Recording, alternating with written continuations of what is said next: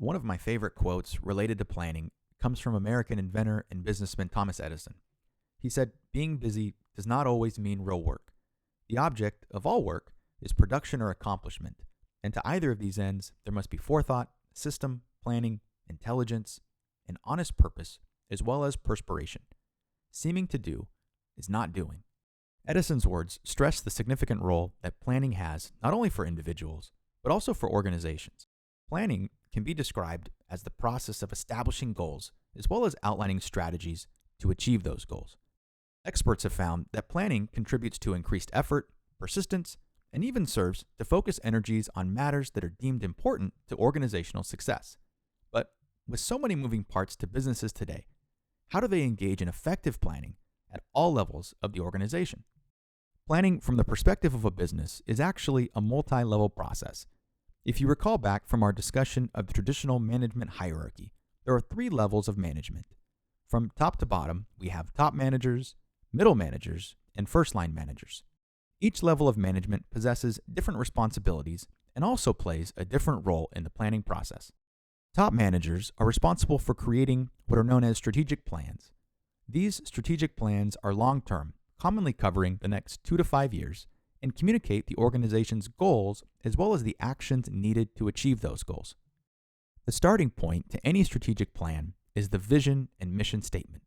These 2 statements are very important and are designed to shape decision-making in the organization. An organization's vision statement serves to convey what it would like to achieve or accomplish and serves as a guide to current and future decision-making. Although vision statements can be any length, it's usually a better idea to keep them short to avoid diluting efforts. Amazon's vision statement is to be the Earth's most customer-centric company, to build a place where people can come to find and discover anything they want to buy online. Despite only a few sentences, Amazon's vision statement clearly communicates what it wants to achieve and thus serves as an excellent guide to decision-making. After a vision statement is crafted, top managers then create a mission statement for the organization. A mission statement is an actual declaration of the organization's purpose or reason for existence. While the vision statement communicates what an organization wishes to accomplish, the mission statement communicates what an organization actually does. For example, Google's mission is to organize the world's information and make it universally accessible and useful. The mission of Starbucks is to inspire and nurture the human spirit, one person, one cup, and one neighborhood at a time. Both of these statements are short and simple, but accurately communicate why each of these organizations exists. Like a mission statement, an organization's mission statement serves to assist top managers and others in evaluating potential courses of action. This helps an organization ignore those actions that are not consistent with their established mission. If you're having a difficult time grasping the difference between the 2 statements, one way to look at them is like cause and effect. An organization that executes on its established mission is more likely to achieve its established vision. Now that a vision and mission statement have been established, top managers are responsible for setting strategic objectives. A strategic objective is a specific goal that serves to unify the efforts of the organization. Like all goals, strategic objectives are time-bound, meaning there is a specific date that they are to be achieved. For example, top managers may decide on a strategic objective that entails establishing 25% market share in a certain market by the end of 2016. This objective will then have a trickle-down effect, as managers at lower levels of the organization develop separate goals that, achieved together, will increase the chances of the organization accomplishing its strategic objective.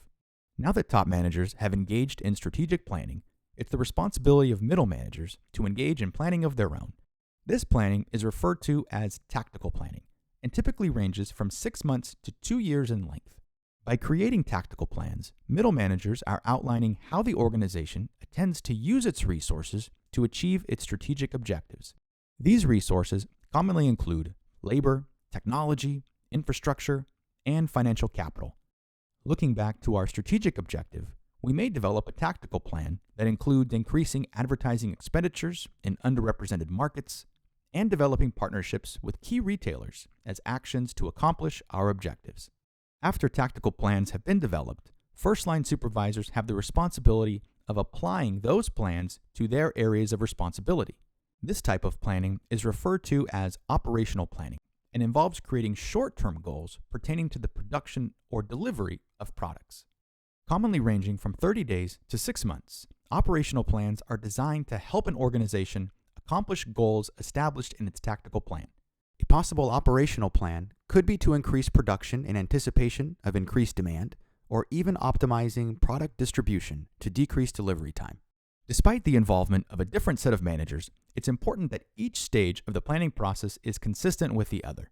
In fact, the reason that planning begins at the top of the organization and not the bottom is so subsequent goals and objectives can be set with a primary objective in mind.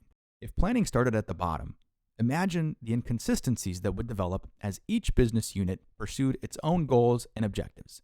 Organizations do not simply strive to be busy, but strive to utilize their resources in an effective, efficient, and focused manner to accomplish their established goals.